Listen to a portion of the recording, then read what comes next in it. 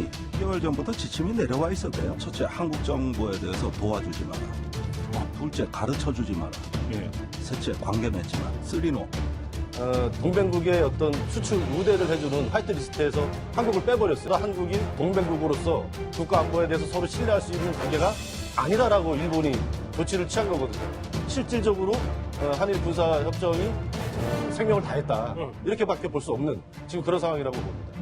그러니까 일본이 굉장히 세계적인 관점에서 봐도 그렇고 명분이 없는 도발을 하고 있는 상황이기 때문에 대통령으로서는 저런 정도 수위에서 대응할 수밖에 없다. 이렇게 보여집니다. 일본에게 지지 않을 것입니다. 우리 기업들과 국민들에겐 그 어려움을 극복할 역량이 있습니다. 오늘 뉴스탑10의 1위는 당연히 이 얘기입니다.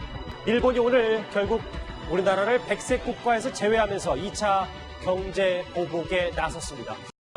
윤종우 시장님, 가해자, 민폐, 적반하장, 문 대통령의 일본 비판 수위가 상당합니다. 저 정도면은 거의 굉장히 좀 극단적인 이제 분노를 이제 표출한 거죠. 저 정도 수준이면 대통령으로서. 근데 지금 상태에서는 적절한 수위에서 대통령께서 대응을 하셨다 이렇게 봐야 될 것 같습니다. 이번 사태가 보면 일본에 정말 처음부터 상식적으로 있을 수 없는 WTO 국제 이제 자유무역 정신에 위배되는 이런 도발을 시작했거든요. 처음에는 이제 우리나라 대법원의 판결을 문제를 삼아서 신뢰할 수 없는 국가다. 이런 명분을 내세웠어요. 그러나 이것이 이제 WTO 국제무역 체제에서 정경분리의 원칙 이런 데 이제 위배가 될 것 같으니까 그다음에 또 말을 바꾼 거죠. 한국이 전략 물자 관리가 좀 부실하다. 근데 이제 어제 17일 날 이제 미국의 연구소에서 발표한 바와 같이 우리나라의 전략 물자 관리가 전 세계 200개 나라 중에서 17위고 일본이 오히려 36등이란 말이에요. 그러니까 이것 또한 국제사회에서 정당성을 인정받지 못한 거죠. 그러니까 이제는 무역 보복 조치가 아니고 수출 관리 정책이다. 이렇게 말을 수시로 바꾸고 있어요. 그러니까 일본이 굉장히 세계적인 관점에서 봐도 그렇고 명분이 없는 도발을 하고 있는 상황이기 때문에 대통령으로서는 저런 정도 수위에서 대응할 수밖에 없다. 이렇게 보여집니다. 이제 정말로 문재인 정부의 외교가 시험대에 올랐습니다.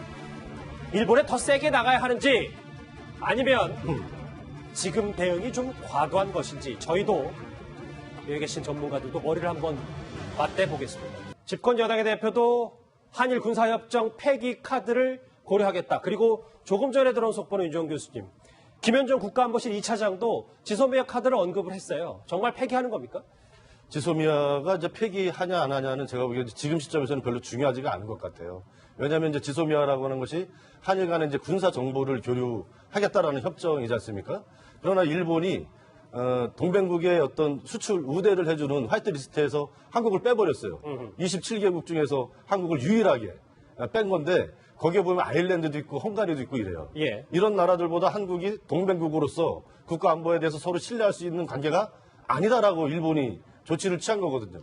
이런 상황에서 이런 정도 관계에서 어떻게 민감한 군사 정보를 교류할 수가 있겠습니까? 실질적으로 한일 군사 협정이 생명을 다했다. 이렇게밖에 볼 수 없는 지금 그런 상황이라고 봅니다.